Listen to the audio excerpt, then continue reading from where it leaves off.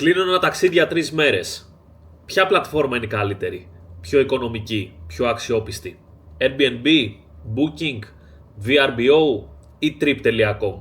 Πάμε να κάνουμε ένα case study μαζί. Πληκτρολογούμε, για παράδειγμα, Βαρκελόνη, 23 με 25 Απριλίου. Κάνουμε την αναζήτηση, μας βγάζει τα καταλύματα και πάμε να δούμε αυτό εδώ για παράδειγμα. Αντιγράφουμε το όνομα, το γράφουμε στο Google και εδώ πέρα δεξιά, άμα το έχει κάνει αυτό ο οικοδεσπότης, που άμα είσαι σωστός οικοδεσπότης πρέπει να το έχει κάνει, σου βγάζει όλες τις τιμές, πατάμε προβολή ακόμα και εδώ πέρα όπως βλέπετε μας βγάζει όλες τις τιμές ανάλογα με την κάθε ιστοσελίδα. Εδώ λοιπόν δεν υπάρχει Airbnb, οπότε πάμε να το κάνουμε ξεχωριστά.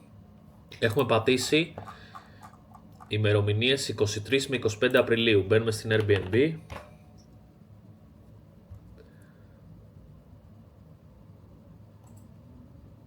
Γράφουμε εδώ το κατάλημα.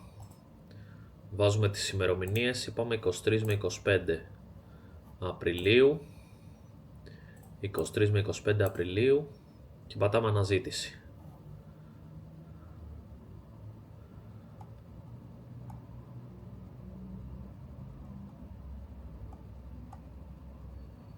Δεν το έχει κάνει ο οικοδεσπότης εδώ. Πάμε να δούμε ένα άλλο. Ας πάμε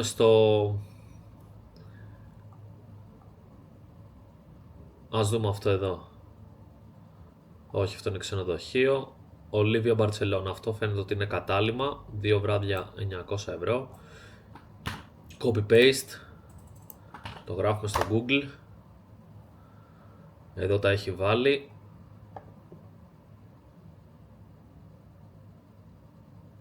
Εδώ πέρα βλέπετε πόσο μεγάλες διακυμάνσεις έχει. Έχει ο ίδιος και η ιστοσελίδα, όπου έχει την πιο φτηνή τιμή.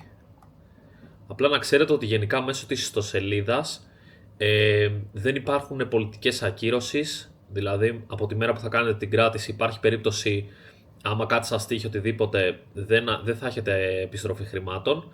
Και επίσης δεν έχετε και την αξιοπιστία της πλατφόρμας, ότι αν κάτι γίνει, αν κάτι δεν πάει καλά κατά τη διαμονή σας, αν είναι scam για παράδειγμα, θα μπορέσετε να πάρετε κάποιο refund πίσω. Οπότε αυτό θέλει κάπως μια προσοχή. Εδώ λοιπόν σας βγάζει όλες τις τιμές που υπάρχει. Όπως βλέπετε, συνήθως πάντα αυτοί που έχουν ιστοσελίδα θα έχουν την πιο φθηνή τιμή, απλά με τους κινδύνους που εγκυμονούν, όπως σας είπα προηγουμένως. Και μετά βλέπετε ότι η Booking συνήθως κατά 90% των περιπτώσεων είναι η πιο φθηνή. Και πάμε να το δούμε τι πολιτική προσφέρει που έχω δει στην Booking. Η Booking σε κάποιες περιπτώσεις, εκτός από το ότι έχει τις μεγαλύτερες τιμές, καλύπτει και από δικά της έξοδα τη διαφορά που μπορεί να έχει με την αμέσως επόμενη πλατφόρμα. Βάζει σαν να λέμε τα λεφτά από την τσέπη της, ώστε να φαίνεται ότι είναι η πιο φτηνή πλατφόρμα. Για να δώσω ένα παράδειγμα που μου είχε τύχει και στα δικά μου καταλύματα. Αν έχεις για παράδειγμα 190 ευρώ το κατάλημά σου στην Airbnb και στην Booking το έχεις 210, λόγω είτε ότι έχεις βάλει παραπάνω την προμήθεια, είτε ότι εκεί στην άλλη πλατφόρμα έχεις βάλει κάποια προσφορά που δεν την έχεις βάλει στην Booking, η Booking, για να εξασφαλίσει ότι θα είναι πιο φθηνή πλατφόρμα, καλύπτει αυτή τη διαφορά από τα 160 για παράδειγμα στα 200, τη βάζει αυτή τη διαφορά και στο πουλάει και σε ένα 160 ευρώ.